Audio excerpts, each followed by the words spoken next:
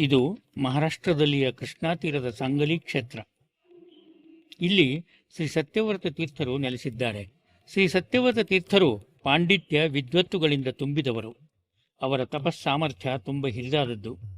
ಅವರು ಶ್ರೀಮನ್ಯಾಯಸುಧಾ ಗ್ರಂಥಕ್ಕೆ ಅಪೂರ್ವವಾದ ವ್ಯಾಖ್ಯಾನವನ್ನು ಬರೆದು ಮಂಗಳ ಶ್ಲೋಕಗಳಲ್ಲಿ ತಮ್ಮ ಉಪಾಸ್ಯ ಮೂರ್ತಿಗಳಾದ ಶ್ರೀ ಮೂಲರಾಮ, ದಿಗ್ವಿಜಯರಾಮರನ್ನು ಸ್ತುತಿಸಿದ್ದಾರೆ.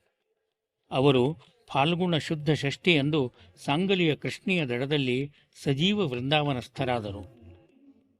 ವೇದ ನಿಧ್ಯಾಲಬಾಲೋತ್ಥಃ ವಿಧುಷಾಂ ಚಿಂತಿತಪ್ರದಃ ಸತ್ಯವ್ರತಾಖ್ಯಕಲ್ಪದ್ರುಃ ಭೂಯಾದಿಷ್ಟಾರ್ಥಸಿದ್ಧಯೇ